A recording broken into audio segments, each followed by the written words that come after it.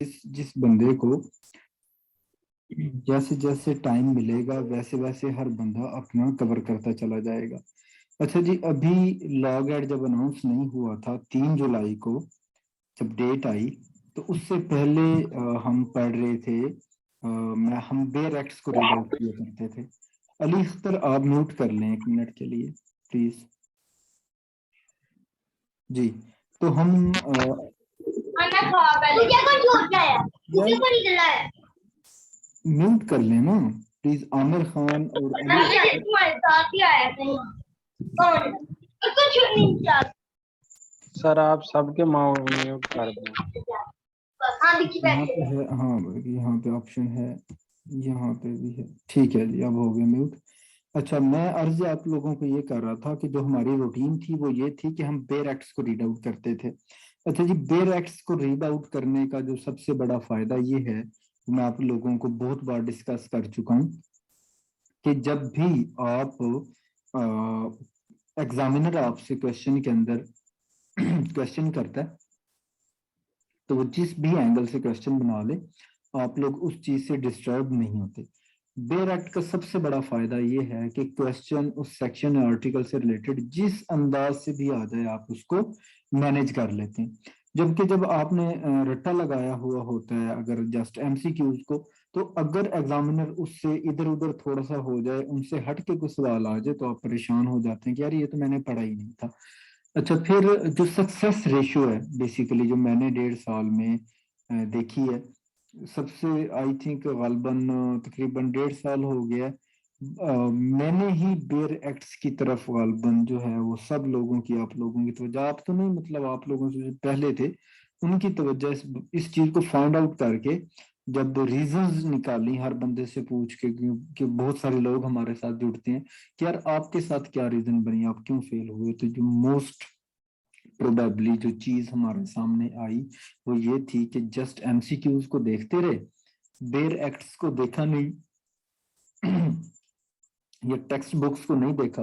तो एग्जामिनर ने जब अपने क्वेश्चंस अपनी मर्जी से बनाए, क्योंकि वो तो किसी नोट्स या किसी बुक से नहीं उठा रहे होते, तो तब जो है मसला बन जाता है। अच्छा, फिर आप लोगों को मैंने ये भी बताया कि बाज ऐसे सब्जेक्ट्स हैं जिनको आप रीड आउट करें भी सही तो रीड आउट नहीं हो पाते, वो इतने लेंथी हैं, लाइक इंग्लिश ज्यूरिस है, इस्लामिक ज्यूरिस है, इवन केएसओ भी बाज लोग मैं रिकमेंड करता हूँ कि एमसीक्यूज ही कर लें। सीपीसी भी है इसी तरह ही, बहुत लेंथी है, लेकिन चलें जिसके पास टाइम हो मतलब वो तो पढ़ ले, अदरवाइज एमसीक्यूज भी चल जाते हैं।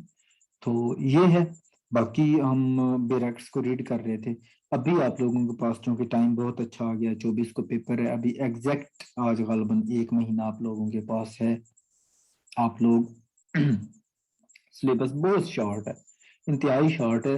3 दिन भी एक बुक को दें ना, 3 दिन भी एक बुक को दें, तो फिर भी आपका पेपर आने से पहले पहले आप लोगों की बेर एक्ट से रीडिंग हो जाती है। और जिस बंदे की बेर एक्ट से रीडिंग है उसका सवाल ही पैदा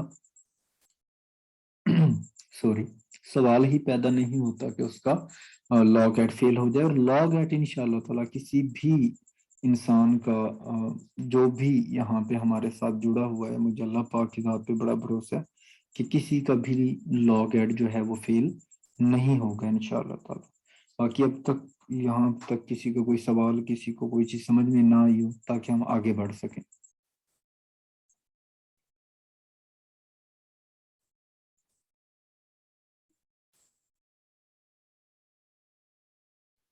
जी सर, आगे बढ़ते हैं सर, आप करवाएं प्लीज।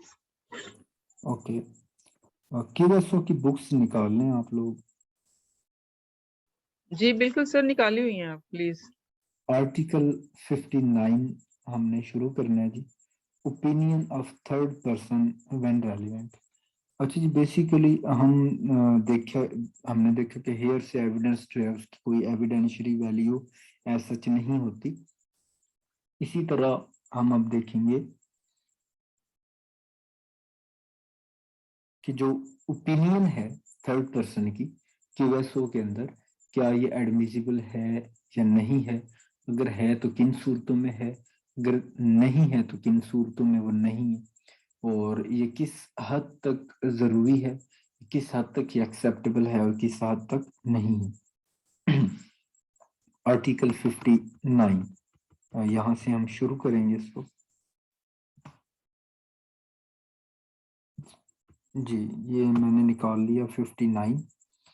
अच्छा जी, opinion of experts.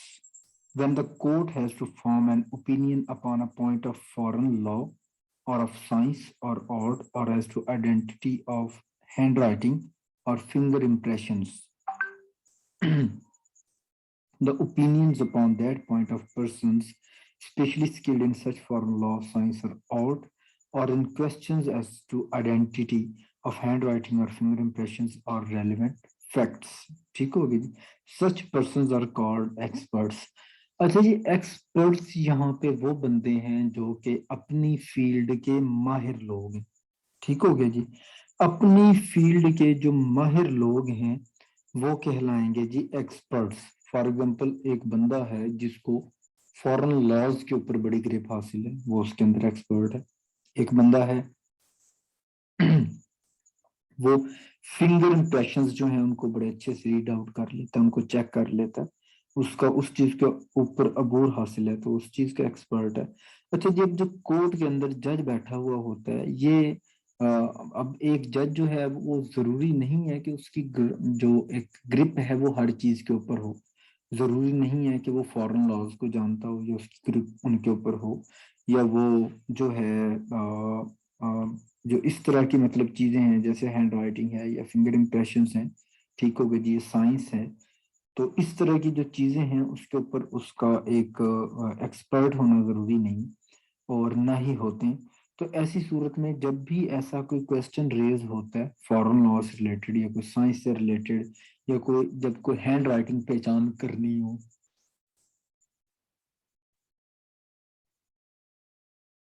Finger impressions के हवाले से कोई क्वेश्चन सामने आ रहा हो, तो ऐसी सूरत में ओपिनियन मांगी जाती है एक्सपर्ट से। ठीक हो गया जी। उनको मैटर रेफर किया जाता है, जो भी मैटर हो वो उसको डी क्लासीफाई करते हैं और उसके बाद उसके ऊपर अपनी फाइंडिंग देते हैं और कोर्ट के अंदर जमा करवा देते हैं। और ये जो उनकी फाइंडिंग है या ये जो उनकी ओपिनियन है, it is relevant in the court. यहाँ तक समझ आ गई है सब लोगों को? जी सर। ओके, इसकी इलस्ट्रेशन देख लें। इलस्ट्रेशन, जिस भी आर्टिकल की आप इलस्ट्रेशन पढ़ रहे हो, इलस्ट्रेशन बहुत ज़्यादा ज़रूरी होती है क्योंकि मोस्टली इलस्ट्रेशन ही आती हैं।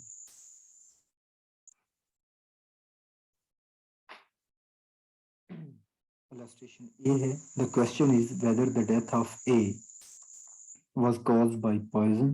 The opinion of experts as to the symptoms produced by the poison which A is supposed to have died are relevant। यहाँ पे कहा जा रहा है कि जी क्वेश्चन जो अरेज हुआ वो ये था कि क्या आया ए की जो डेथ कॉज हुई है क्या वो पॉइजन से हुई, उसको जहर दिया गया। तो यहाँ पे जो ओपिनियन की एक्सपर्ट ओपिनियन आई है या वो जो एक्सपर्ट है उसने जो अपनी फाइंडिंग दी है, अपनी जो ओपिनियन दी है सिम्टम्स के हवाले से, जो सिम्टम्स उसके सामने आए कि हाँ जी इसको जहर दिया गया है या नहीं दिया गया है, या वो उसकी जो डेथ है वो जहर से हुई है या नहीं हुई है। तो इसकी ये जो फाइंडिंग है, ये जो ओपिनियन है, ये रेलेवेंट है और ये एडमिसिबल है कोर्ट के अंदर। यहाँ तक समझ आ गई है जी सबको?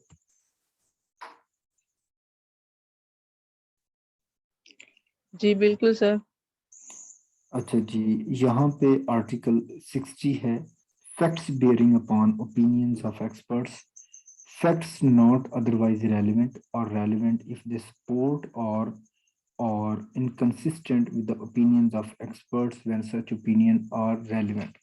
यहाँ पे ये बात की जा रही है फैक्ट्स के हवाले से कि जो फैक्ट्स आएंगे सामने वो उस वक्त तक रेलेवेंट नहीं होंगे जब तक कि उनकी सपोर्ट के अंदर वो जो ओपिनियन है एक्सपर्ट्स की वो सामने नहीं आएगी। अच्छा जी, जब भी कोर्ट के अंदर एक्सपर्ट ओपिनियन आती है तो बाद में उस एक्सपर्ट को कॉल अप किया जाता है और उसको कॉल अप करके उसको बकायदा क्रॉस किया जाता है। आप लोगों ने अक्सर देखा होगा कोर्स के अंदर कि जो डॉक्टर्स होते हैं जिन्होंने एमएलसी की होती है, मेडिकल बनाया होता है, फॉर एग्जांपल कोई लड़ाई झगड़े का या रेप का या किसी भी चीज़ का आपने मेडिकल बनवाया है, तो वो जो डॉक्टर है बाद में उसको कॉल अप किया जाता है बाकायदा, ठीक हो गया जी। कॉल अप किया जाता है, उसके ऊपर जिरह की जाती है, उससे मुखालिफ वकील जो है सवाल जवाब करता है, तब जाके उसकी वो जो फाइंडिंग या ओपिनियन उसने दी थी वो कोर्ट के अंदर एडमिसिबल होती है। अगर आप उस एक्सपर्ट को प्रोड्यूस नहीं करते तो ऐसी सूरत में उसकी कोई वैल्यू नहीं होती। अभी रिसेंटली एक सीसीटीवी फुटेज के हवाले से भी एक जजमेंट आई थी, गालिबन सुप्रीम कोर्ट की ही थी। उसके अंदर ये डायरेक्शन दी गई थी कि ये जो सीसीटीवी फुटेज है खाली इसको कोर्ट के अंदर पेश कर देना तो ये काफी नहीं है, ठीक हो गई जी। यही बात आ गई आर्टिकल 60 वाली कि ये फैक्ट ठीक है लेकिन ये फैक्ट जो है कोई ऐसा सच नहीं है कि उसको एडमिसिबल कर लिया जाए तब तक जब तक कि इसको बनाने वाला जो मेकर है उस सीसीटीवी फुटेज का उसको आप कोर्ट के अंदर प्रोड्यूस नहीं करते, ठीक हो गया जी। यानी कि ये नहीं है कि आपने सीडी लगा के रख दी कि ये सीसीटीवी कैमरा लगा हुआ है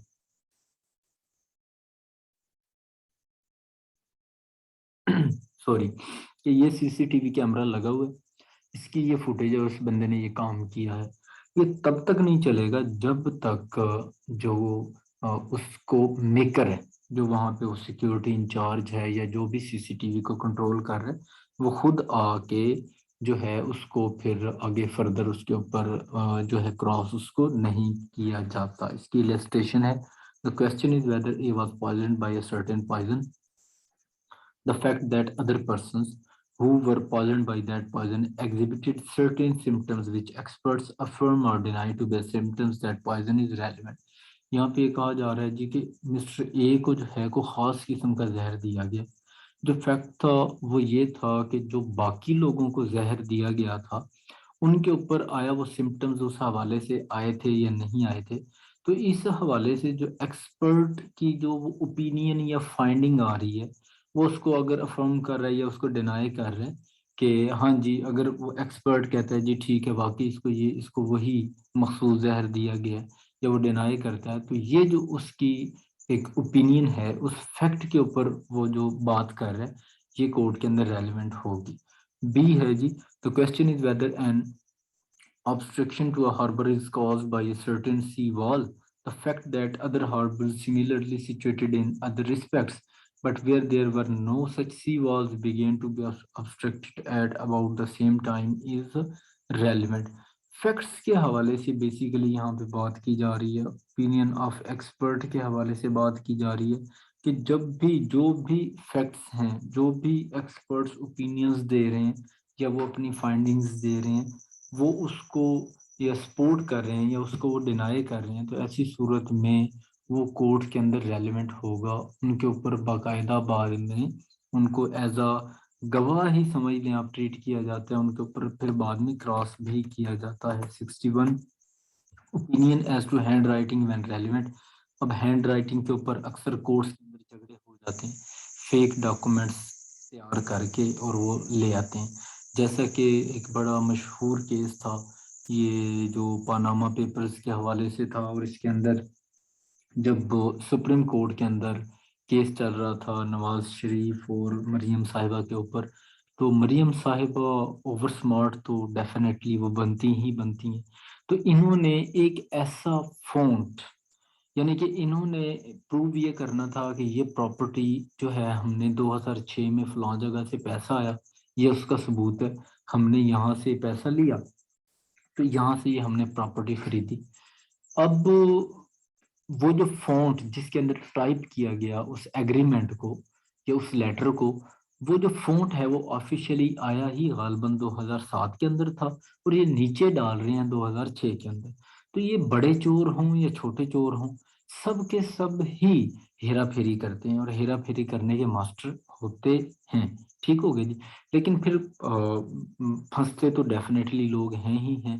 तो जब वो स्कैलिब्री फॉन्ट को, वो नईम बुखारी बड़ा अच्छा खासा वो एक वकील है, डेफिनेटली मैं तो उसका मोतरिफ हो गया।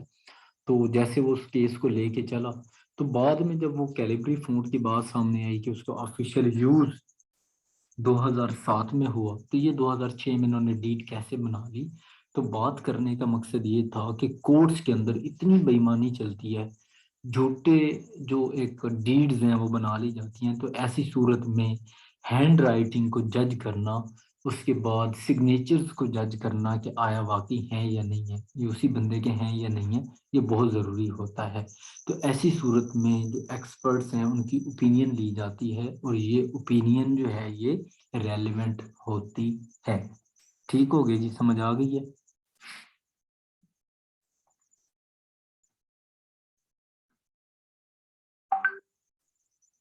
समझ आई है? जी जी सर आई है, यस। ओके, सो तो नहीं गए सब? कोई भी नहीं बोल रहा? जी सर मैं भी नोट कर रही नो हूँ, नो सारे नो सो रहे हैं। नो नो कुछ समझ आ रही है या मैं एवं ही बोले जा रहा हूँ? नहीं सर आ नो रही नो है। सर, ऐसा कोई मसला नहीं है। सब ओके, देख सुन रहा हूँ, ये साथ साथ नोट हो रहा है। ठीक है, थैंक ओके यू सर, आप कंटिन्यू करें। Okay okay. अच्छा जी, अब हम आगे बढ़ रहे थे। When the court has to form an opinion as to the person by whom any document was written or signed, the opinion of any person acquainted with the handwriting of the person by whom it is supposed to be written or signed, that it was or it was not written or signed by that person, is relevant fact। वही बात आ गई जो मैंने अभी आप लोगों को बड़ी तमहीद बांध के समझाई है कि हैंड राइटिंग के हवाले से आता है कि ये मैंने साइन किए हैं या नहीं किए हैं। तो कोर्ट जो है उसके ऊपर एक ओपिनियन फॉर्म करने के लिए किसी भी एक्सपर्ट से रब्ता करती है। ऐसी सूरत में वो जो भी फाइंडिंग अपनी देगा मेरी इस हैंड राइटिंग के हवाले से, मेरे सिग्नेचर्स के हवाले से, तो ऐसी सूरत में ये रेलेवेंट फैक्ट होगा। इसकी एक्सप्लेनेशन आप लोगों ने पढ़ लेनी है, इलस्ट्रेशन इसकी हम देख लेते हैं। The question is weather a given letter is M, a given letter is M the handwriting of a merchant in London। ठीक हो गई जी। B is a merchant in Peshawar. यहाँ पे मर्चेंट्स की बात आ रही है कि दो हैं जी, एक A है और एक B है। A बैठा है लंदन में और B गालबन जो है वो पेशावर में बैठा हुआ है। Written letters addressed to A and received letters purporting to be written by him। C is B's clerk whose duty it was to examine and file B's correspondence। D is B's broker to whom B habitually submitted the letters purporting to be written by A for the purpose of advising him thereon। The opinion of B, C, and D on the question whether the letter is in the handwriting of A are relevant, though neither B, C, or D ever saw A write। यहाँ पे ये बात गालबन जो मुझे समझ आई है इस illustration के अंदर वो ये आई है कि जो मिस्टर ए है ना, ये एक मर्चेंट है, लंदन के अंदर बैठा हुआ है।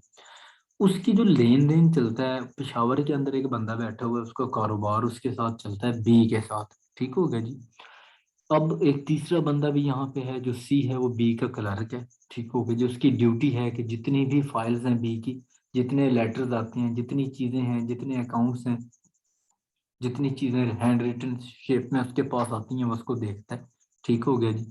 और डी जो है ये भी बी का ही एक ब्रोकर है, और जो बी है वो हैप्चुअली सबमिट करते हैं उन लेटर्स को। ठीक हो गया जी, जो कि आते हैं ए की तरफ से। तो ऐसी सूरत में अगर ये सवाल आता है कि आया ये हैंड रिटन जो है या ये लेटर जो है या ये जो सिग्नेचर है मिस्टर ए के जो बैठा हुआ है लंदन के अंदर, कि आया वाकई उसी के हैं या नहीं है, तो ऐसी सूरत में जो यहाँ पे मर्चेंट बैठा है बी, वो भी सी जो है जो क्लर्क था उसका, और जो एक और बंदा यहाँ पे डी इन्वॉल्व हो रहा है जो ब्रोकर है बी का, ये सारे के सारे अगर फाइंडिंग देते हैं तो ये रेलिवेंट होगी कोर्ट के अंदर। क्योंकि हालांकि उन्होंने कभी नहीं देखा एक को वो राइट करते हुए या एक को वो सिग्नेचर करते हुए, लेकिन वो चूंकि बहुत पुराने उनका वो लेन देन चलता आ रहा है, हर लेटर के नीचे उनके सिग्नेचर होते हैं, तो वो उन सिग्नेचर्स को पहचान सकते हैं।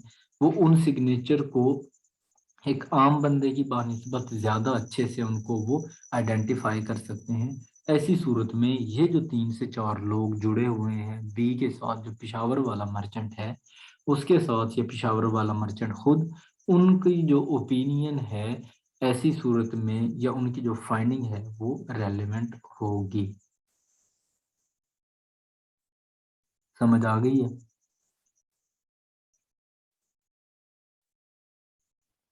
जी जी sir. Yes, 62 sir. opinion as to existent or of right or custom when relevant। जी सर समझ आ रहा है। ओके जी, अभी यहाँ पे राइट्स या कस्टम्स की बात की जा रही है कि वो कब रेलेवेंट होते हैं या उनके ऊपर जो opinion होती है। When the court has to form an opinion as to the existence of any general custom or right, जब कोर्ट जो है बाज़ औक़ात अपनी जो ओपिनियन है वो फॉर्म करने की कोशिश करती है कि किसी मखसूस इलाके में या किसी मखसूस जगह पे जी ये जनरल कस्टम है या ये जनरल राइट है। The opinion as to the existence of such custom or right of person who would be likely to know of its existence if it existed or relevant। यहाँ पे ये बात कर रहा है कि आप किसी मखसूस इलाके में हैं, वहाँ का कोई मखसूस रिवाज है, वहाँ की कोई मखसूस रस्म है, कोर्ट उसके ऊपर को ओपिनियन लेना चाह रही है। तो ऐसी सूरत में ऐसा बंदा, कोई ऐसा पुराना बाबा या कोई ऐसा हिस्टोरियन या कोई ऐसा वहाँ का लोकल बंदा जो कि उस यानी कि वहाँ के जो कस्टम्स हैं उनको वो बहुत अच्छे से जानता है, तो ऐसी सूरत में जो उसकी ओपिनियन है वो रेलेवेंट होगी और ये एक्सेप्टेबल भी होगी। ठीक हो गया जी, आ गई ये समझ बात की?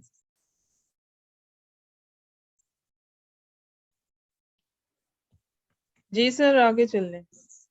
इलस्ट्रेशन है जिसकी the right of the villages of a particular village to use the water of particular well is a general right within the meaning of this article.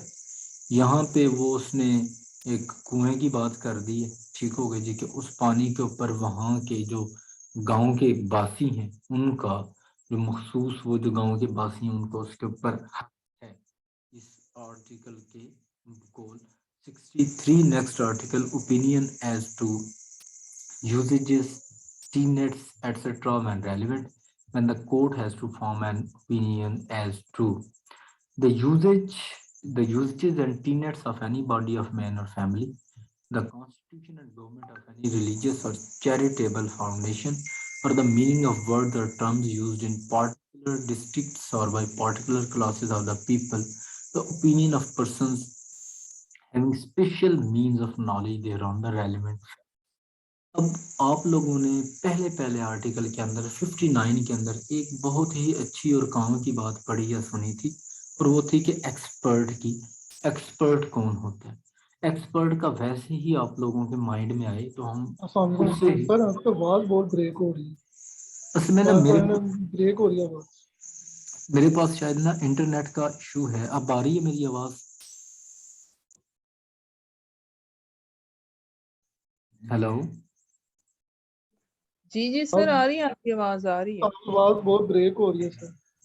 बस असल में ना फिर कोई मेरे पास शायद इंटरनेट का प्रॉब्लम है।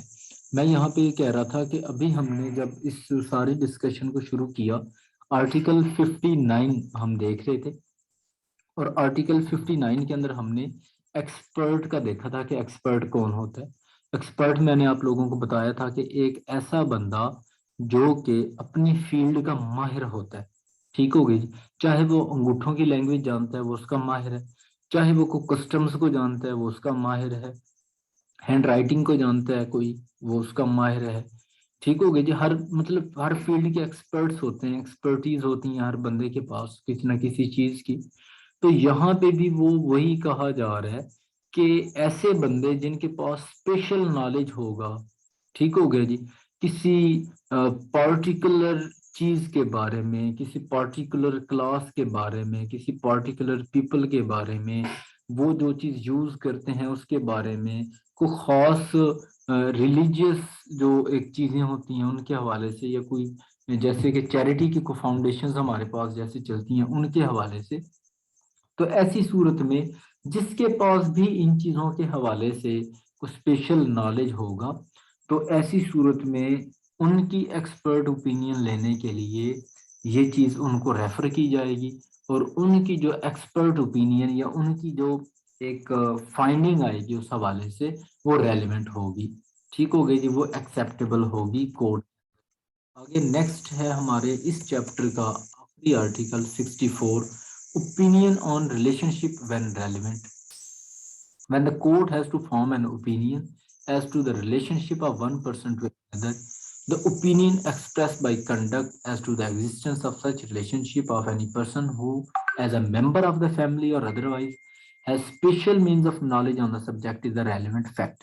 यहाँ पे अब ये कहा जा रहा है रिलेशनशिप्स के हवाले से कोर्ट कैसे अपनी ओपिनियन लेती है या कैसे ओपिनियन फॉर्म करती है या कैसे लोगों से उनकी एक्सपर्ट ओपिनियन लेती है। अब रिलेशनशिप्स के हवाले से तो कोई एक्सपर्ट सामने नहीं आता ना।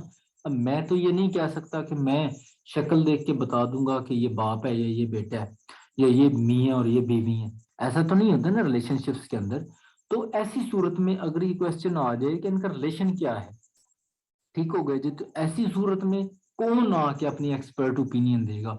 डेफिनेटली जो फैमिली मेंबर्स हैं वो देंगे, वो बताएंगे कि हाँ जी ये हमारे फलां लगते हैं, ठीक है जी। या फिर ऐसा बंदा जो उनको अच्छे से जानता होगा, उनका कोई फैमिली फ्रेंड हो सकता है, उनका कोई मोहल्लेदार हो सकता है, उनका कोई पड़ोसी हो सकता है, उसकी जो ओपिनियन है वो एक्सपर्ट ओपिनियन तस्वर होगी। और वो उसकी जो फाइंडिंग है या वो जो ओपिनियन देगा या वो जो एक फाइंडिंग देगा वो कोर्ट के अंदर रेलिवेंट कंसीडर होगी। समझ आ गई है जी? जी सर। Yes sir. ओके, अच्छा जी, इलस्ट्रेशन है। The question is whether A and B were married. Question जो है वो ये है कि ए और बी जो थे ये शादीशुदा थे या नहीं थे। The fact they were usually received and treated by their friends as husband and wife. जो फैक्ट है वो ये है कि वो अमूमन अपने दोस्तों की तरफ से ऐसे ही उनको ट्रीट किया जाता था जब भी वो किसी गैदरिंग में जाते थे, किसी वो दावत पे जाते थे, जैसे वो हस्बैंड और वाइफ हों।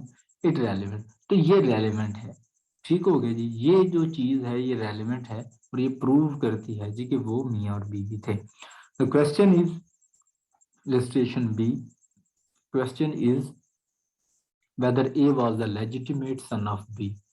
तो जो A है क्या ये legitimate son है B का? The fact that A was always treated as such by members of the family is relevant.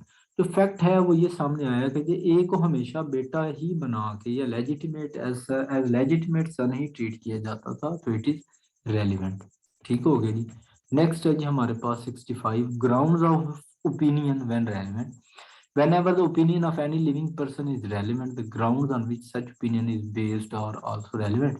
An expert may give an account of experiments performed by him for the purpose of forming his opinion.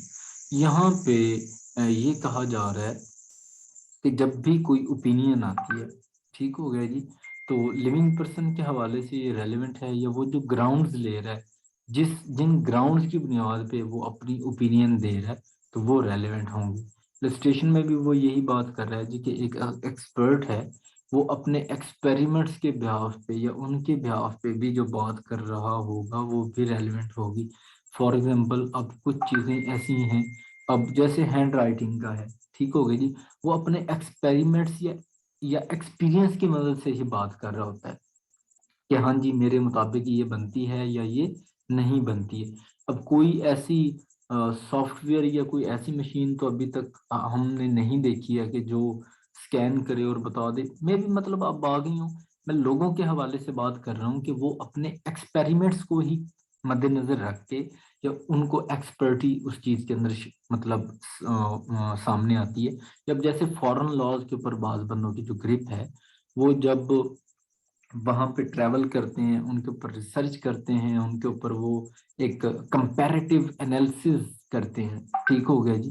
तो ऐसी सूरत में ही वो उनको इस चीज के ऊपर expertise हासिल होती है और वो अपनी एक्सपर्ट ओपिनियन दे पाते हैं या वो अपनी जो एक फाइंडिंग है वो दे पाते हैं और ये चीज रेलेवेंट है और एक्सेप्टेबल है कोर्ट के अंदर। तो ये चैप्टर आज का हमारा कंप्लीट हो गया। नेक्स्ट चैप्टर है कैरेक्टर व्हेन रेलेवेंट और उसके बाद है ओरल एविडेंस के हवाले से, फिर है डॉक्यूमेंट्री एविडेंस के हवाले से। ये जो 3 चैप्टर्स हैं इंशाअल्लाह ताला ये हम इनको कल कवर अप करेंगे। 3 चैप्टर्स आप लोगों ने, अगर आप लोगों के पास टाइम हो तो खुद से भी आप लोग देख लीजिएगा ताकि आप लोगों को अच्छे से समझ आ जाए। चैप्टर 5 डॉक्यूमेंट्री एविडेंस वाला, चैप्टर 4 ओरल एविडेंस वाला और चैप्टर जो है ये साथ में कैरेक्टर रेलेवेंट वाला 66 वाला, ये हम इंशाल्लाह ताला इनको कल करेंगे 66 आर्टिकल से लेके, तो ये जाएंगे जी हमारे 89 तक। 66 आर्टिकल टू 89 इंशाल्लाह ताला हम इनको कल कवर करेंगे। टाइमली आप लोग आइएगा, और आज भी 5 से 7 मिनट या 10 मिनट हमारे शुरू वाले ऐसे ही चलेंगे। हाँ जी, अब तक किसी को यहाँ तक कोई बात समझ ना आई हो या किसी को कोई चीज कुछ पता ना चला हो? अस्सलाम वालेकुम सर। जी वालेकुम सलाम। सर मैं ये पूछ रहा हूँ, रेलिवेंट और रेलिवेंट इफेक्ट ये दोनों अलग अलग भी पूछ सकते हैं या इकट्ठा पूछेगा रेलिवेंट इफेक्ट? जी दोबारा से एक बार रिपीट कीजिएगा, आप आपकी आवाज़ सही नहीं आ रही। मैं कहना ये चाह रहा हूँ सर कि रेलिवेंट और रेलिवेंट इफेक्ट ये दोनों इकट्ठे लफ्ज पूछेगा या अलग अलग भी पूछ सकते नहीं, ये इकट्ठे पूछे जा सकते हैं, अलग-अलग ये जरूरी तो नहीं है। रेलेवेंट और रेलेवेंट्स या फैक्ट्स के अंदर वो एक ही बात कर रहा है, वो कुछ अलग-अलग से तो बात नहीं कर रहा। अब वो उसका, अब वो जो एग्जामिनर है उसके हवाले से तो अब देखना पड़ेगा कि वो कैसे अब क्वेश्चंस को आप लोगों को पुट करता है। क्यूएसओ के अंदर जो क्वेश्चंस पुट किए जाते हैं वो अमूमन जो आजकल तरतीब चल रही है, वो अगर 20 नंबर का या 10 नंबर का क्यूएसओ आता है, 20 का आता है। हैं 20 का है सर। 20 का है सर। हाँ जी, 20 नंबर का, वो 20 नंबर का कुछ इस तरह से बनाते हैं कि वो 10-12 नंबर की अब उसने जो इलस्ट्रेशन सामने पड़ी हैं नीचे, ये उसने पूछी हुई होती हैं। तो इलस्ट्रेशन आप लोग मिस ना करें। बाकी ये है कि 2 से 3 नंबर के वो आर्टिकल नंबर पूछता है, जो मशहूर मशहूर हैं आर्टिकल। फॉर एग्जांपल जो है आपका वो प्लीफ एले बाय कहाँ पे है, उसके बाद वो जो आर्टिकल 22 से रिलेटेड वो पूछ लेता है। इस तरह के जो, सर कंप्लीट वगैरह, हाँ जी। हाँ जी, वो इस तरह के जो है मेन मेन पूछते हैं article number, otherwise article number को नहीं पूछे जाते। और उसके बाद जो एक आप लोगों से पूछी जाती हैं इलस्ट्रेशंस पूछी जाती हैं, और उसके बाद जो ज़्यादातर वो कंसेप्ट्स हैं, जो हमने आज हर आर्टिकल का बेसिकली मैंने आप लोगों को क्रक्स बताया कि यार ये है और ये चीज़ ऐसे है ऐसे नहीं। ठीक हो गया। मजीद आप लोग इसको जब खुद से रीड आउट करेंगे, बहुत सारी चीज़ों की आपको समझ आएगी, बहुत सारी चीज़ों की नहीं आएगी, तो वो आप इसको नेक्स्ट क्लास में मेरे साथ डिस्कस कर लेंगे या ग्रुप के अंदर पूछ लेंगे, तो हम उसको वो इंशाल्लाह क्लियर कर लेंगे। सर मेरे ना 49 नंबर आए थे लास्ट जो टेस्ट हुआ था। तो ठीक है। वो उस सवाल को ना बहुत ज्यादा ना कंफ्यूज करके पूछे। सनडे पूछता है, रेलिवेंट पूछना शुरू कर देता है, आगे वाली छोड़ के फैक्ट पूछना शुरू कर देता है। ये वो दोनों क्वेश्चन वो मिक्स करते ऐसे ही है। हम तो अब मतलब आप अभी हमारे साथ जुड़े हैं, तो हम तो इस चीज़ के ऊपर बहुत बार डिस्कशन कर चुके हैं। बेसिकली एग्जामिनर का मकसद ही ये होता है कि वो आपको शेक कर रहा होता है, पकड़ के हिला रहा होता है, और वो चेक कर रहा होता है कि आपकी अंडरस्टैंडिंग कितनी है लॉ के साथ। बेसिकली वो चेक कर रहा होता है कि भाई आपने रट्टा मारा है एक्स एमसीक्यूज को या आपने बेरेक्ट्स को रीड किया। ठीक हो गया जी। तो वो ये चीज़ है। अल्लाह पाक आपके लिए आसानी पैदा फरमाए, इंशाल्लाह अब की बार आप पास हो जाएंगे इजीली। 1 नंबर से आप रह गए, और अमूमन बहुत सारे लोग 1 नंबर से ही फेल होते हैं, तो इसमें कोई परेशानी वाली बात नहीं है। और आपकी बात बिल्कुल ठीक है, एग्जामिनर ऐसा ही करता है, बहुत बड़ी स्टेटमेंट देता है, उलझा लेता है आपको, नीचे छोटी सी बात पूछ लेता है। तो थोड़ा सा ये प्रॉब्लम है। ये इंशाल्लाह ताला हम अब डेली, आज चूँकि फर्स्ट डे था, थोड़ा सा जो है मैं भी लेट हो गया, फिर कुछ नेट का इशू बन गया, तो हमने थोड़े से ही आर्टिकल पढ़े।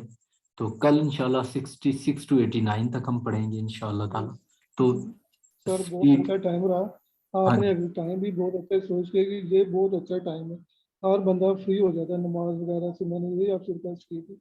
थैंक यू हाँ जी, आपने।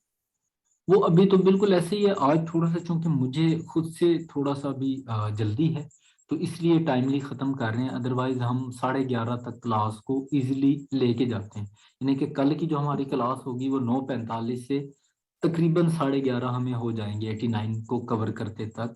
ठीक हो गया जी। तो दूसरा आज थोड़ा सर, सा दूसरा आपसे थोड़ा सी जी रिक्वेस्ट है, अगर हो सके जी जी। आपको फोर्स नहीं करते कि अगर हमें पीछे से थोड़ा सा टच देते जाएं, कोई आधा मिनट या कोई 5-10 मिनट की, जो हम उसको गो थ्रू कर लें आपसे, नहीं वो इस जैसे तरह से आपको है। अच्छा लगे। जी जी, और वो ये इस कर तरह सकते से है, वो जो क्लास डिस्कशन के जो लेक्चर्स हैं ना, वो मैंने वैसे अपलोड किए हुए हैं, लेकिन उनको ना सुनना बहुत डेफिनेटली टफ होता है। मैं हम पहले भी डिस्कशन करते हैं, बाज लोग कहते हैं शेयर कर दें, मैं कहता हूँ यार 1.5 घंटे का लेक्चर क्या आप लोग सुनेंगे उसको, और क्या वो होता है वो। राइट कह रहे हैं सर, हाँ राइट जी, कह रहे अपलोड हुए हुए हैं, अगर आप लोग उनको सुनना चाहें तो अगर आपके अंदर बर्दाश्त कर सकते हैं आप।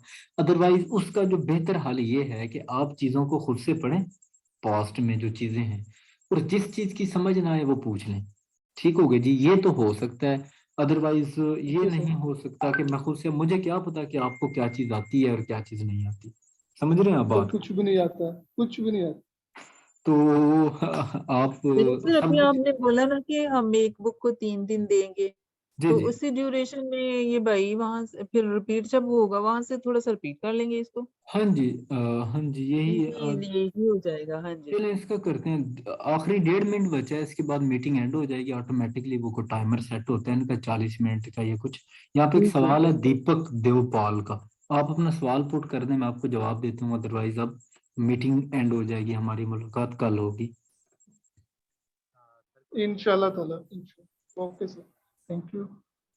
जी दीपक, आवाज आ रही आपकी अब आ रही है, थोड़ा सा ऊंचा बोलें स्पीकर को, वो माइक को थोड़ा करीब करें जरा। है? ठीक है सर।